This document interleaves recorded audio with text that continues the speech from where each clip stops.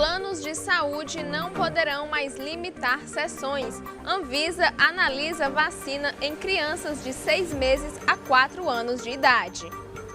Comitê de Política Monetária inicia 5ª reunião do ano para definir a Selic. TSE reúne entidades de fiscalização do processo eleitoral. Cartórios do Ceará realizam manifestação para discutir falta de receitas. A pauta é política, o noticiário internacional e as imagens que marcaram esta terça-feira. Tudo isso e muito mais agora no União Brasil.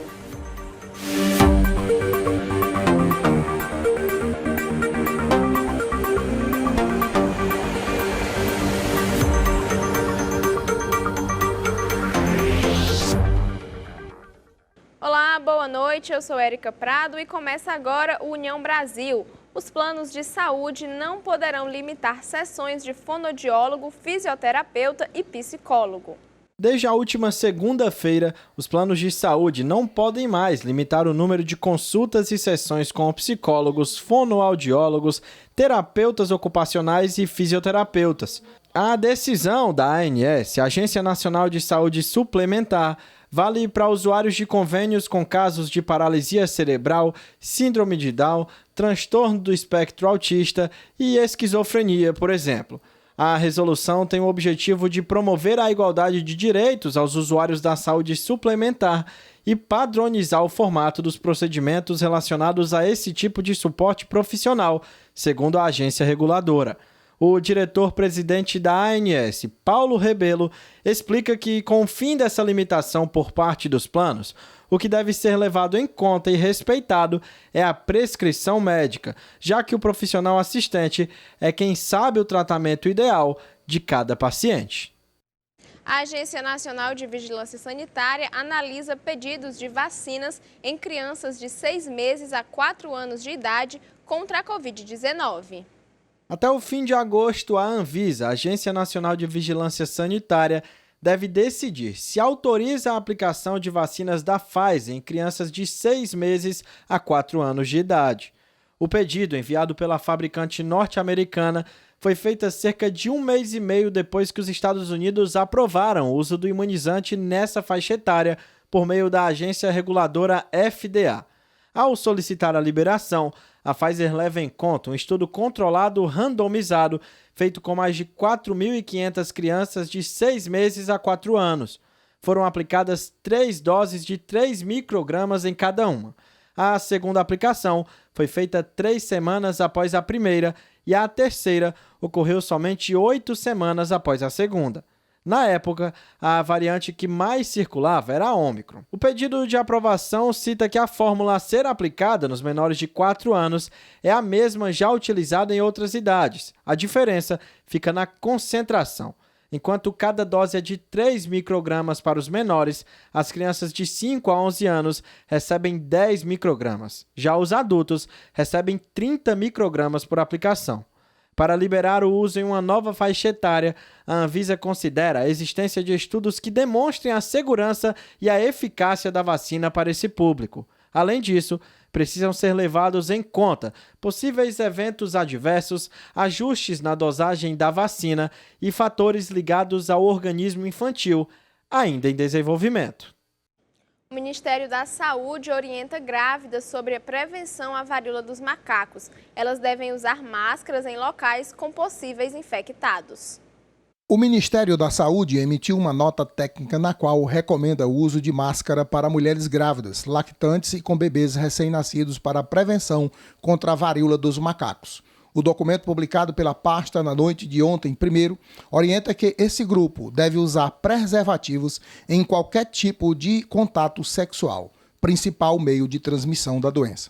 Considerando o rápido aumento do número de casos da doença no Brasil e no mundo, associado à transmissão por contato direto e eventualmente por vias aéreas, recomenda-se que as gestantes, puérperas e lactantes mantenham o uso de máscaras, principalmente em ambientes com indivíduos potencialmente contaminados com o vírus. Usem preservativos em todos os tipos de relações sexuais, uma vez que a transmissão pelo contato íntimo tem sido a mais frequente, ressalta o documento. As recomendações da pasta alertam que o quadro clínico de gestantes tem características similares ao de outras pessoas. Entretanto, nesse grupo, a gravidade da doença pode ser maior, além das grávidas, crianças com menos de 8 anos e imunossuprimidos integram o grupo de risco para a varíola dos macacos. Por isso, segundo o documento, os laboratórios devem priorizar diagnósticos dessas pessoas, visto que complicações oculares, encefalite e óbitos são muito frequentes. Nos casos das gestantes com quadro moderados ou grave de varíola dos macacos, o Ministério da Saúde recomenda que elas sejam hospitalizadas, levando-se em consideração o maior risco. Após denúncias de telespectadores sobre a possível paralisação das obras do VLT, localizado em Fortaleza, na Avenida Santos Dumont, a nossa equipe de reportagem foi até o local para saber como andam as obras. A redação da TV União vem recebendo nos últimos dias várias denúncias da população do entorno da Avenida Santos Dumont em relação às interdições feitas para a conclusão das obras do VLT Linha Leste em Fortaleza, que supostamente estão paradas. E assim encontramos uma obra iniciada em 31 de outubro de 2018, com prazo de conclusão para novembro deste ano e que tem custo avaliado em mais de R$1 bilhão. Até este momento inacabada, interditando 3 pontos de uma das principais vias da capital cearense, onde tem, além de residências, pontos comerciais, a Avenida Santos Dumont. A obra já com mais de 3 anos que nós estamos aqui convivendo com essa obra. Totalmente, o trânsito aqui está insuportável, sem falar nos barulhos, na poeira, entendeu? Congestionamentos diariamente. O nosso comércio, como a gente pode ver hoje, tem bastante lojas fechando por conta dessa obra, que acabou totalmente o fluxo de pessoas passando. Hoje, e sem falar nos transtornos, como moradia, as pessoas estão se mudando daqui por conta da zoada, da poeira. Sem falar no retorno, os transtornos aqui que a gente vai passar aqui, o engarrafamento, a quebradeira que você passa ali, o seu carro ali cheio de buraco, entendeu? O trânsito bastante, engarrafado perto da igreja, muito, tá pior mesmo, tá horrível, horrível. Nas imagens feitas na interdição situada em frente ao Colégio Militar, podemos observar pessoas, mas não constatamos máquinas trabalhando. E já na interdição feita no cruzamento Santos Dumont com Nunes Valente, verificamos operários trabalhando. Terezinha Cerqueira fala dos desafios enfrentados por quem precisa passar pela Avenida Santos Dumont. Eu tenho um restaurante de uma amiga minha aqui nessa rua. Eu venho aqui e nós temos essa rua aqui no auge da aldeota e ninguém, eu queria saber o que esses vizinhos aqui fazem. Olha, eu moro no Parque do Cocó e venho para cá. Sempre que vem aqui, à noite isso aqui é um deserto. Muito deserto. Faz até medo da gente andar por aqui. Eu acho um absurdo uma obra inacabada, superfaturada. Cada vez que entra um governador, sai governador, entra governador, sai governador, existe realmente outras licitações, outro tudo, e é assim que a gente está vivendo. Em nota, a Secretaria da Infraestrutura do Ceará informa que no canteiro da linha leste, situado na Avenida Santos Dumont, entre as ruas Nunes Valente e Tibúrcio Cavalcante, estão sendo confeccionadas as vigas metálicas que irão garantir a execução das escavações para a futura estação Nunes Valente. A parede de contenção de concreto armado já foi concluída. E no próximo bloco, a pauta é política e o início da 5ª reunião do ano para definir a Selic.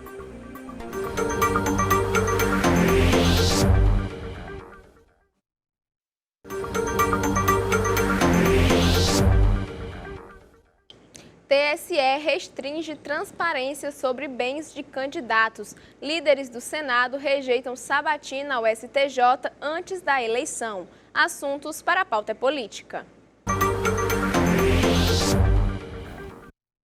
O Tribunal Superior Eleitoral restringiu nas eleições deste ano a divulgação de informações sobre os bens dos candidatos, o que vai evitar que os eleitores e a sociedade em geral saibam, por exemplo, o nome das empresas pertencentes a quem está disputando os cargos de presidente da República, governador, senador ou deputado. A medida tem como base a Lei Geral de Proteção de Dados, mas é apontada por especialistas como um grave retrocesso na transparência eleitoral. A divulgação dos bens dos candidatos tem, entre outros objetivos, permitir aos eleitores acompanhar e, eventualmente, identificar evoluções patrimoniais suspeitas ou conflitos de interesse.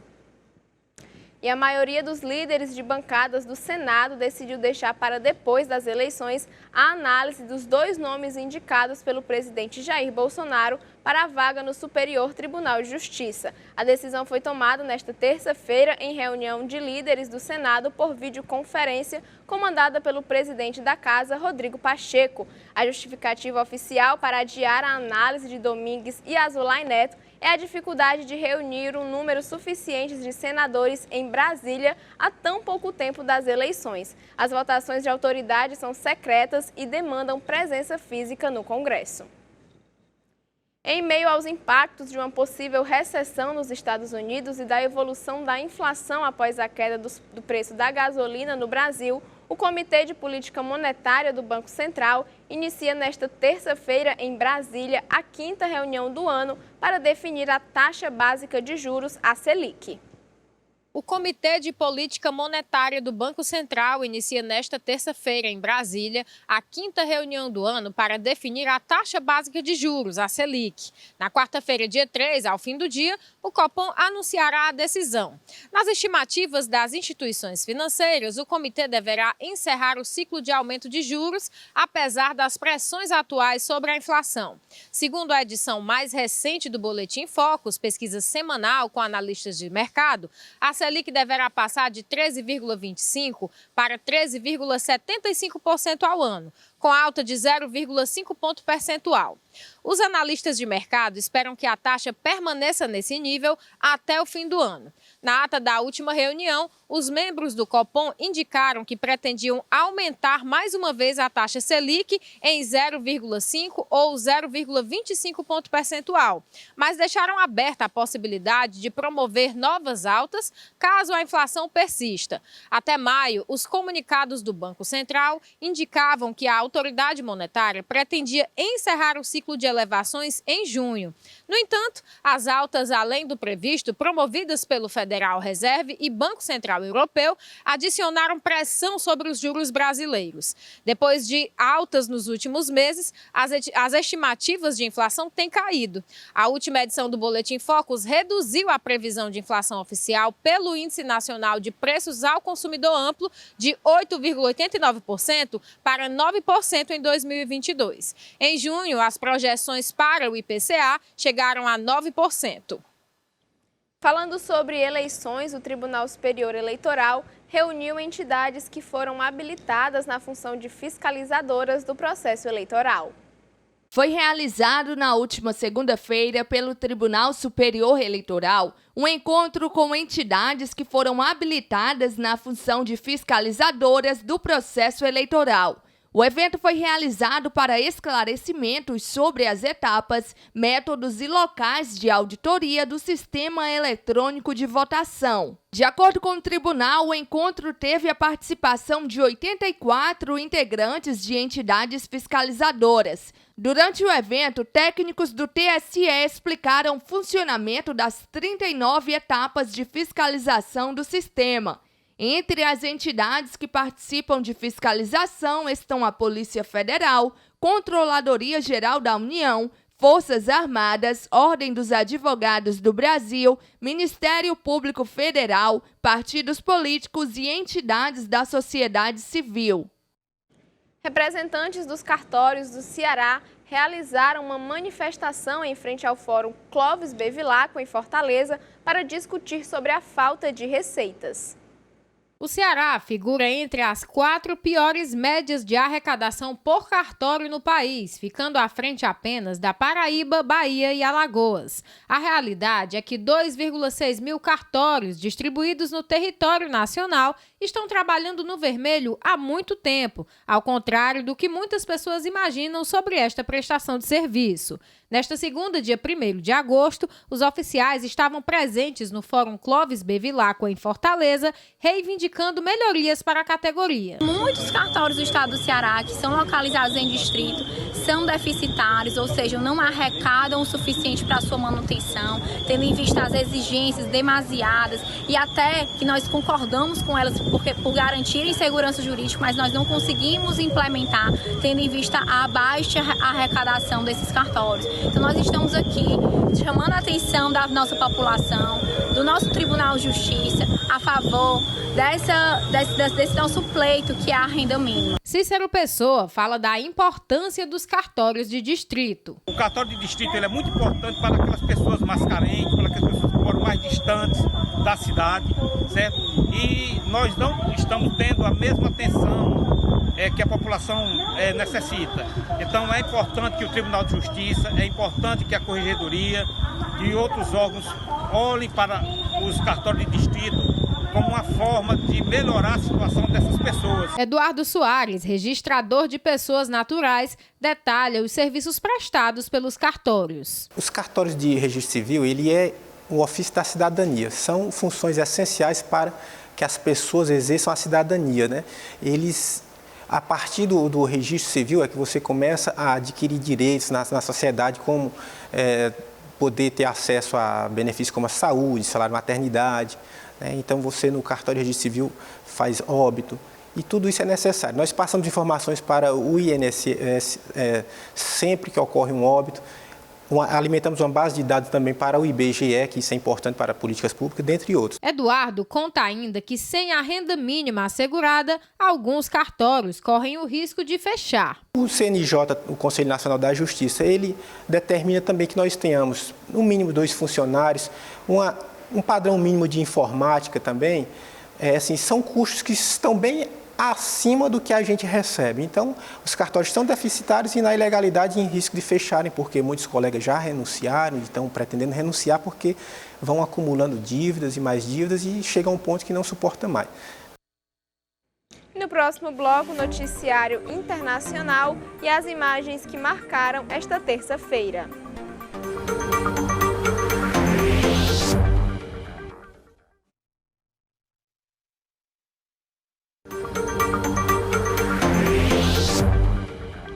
Vamos conferir o noticiário internacional com as imagens da Euronews.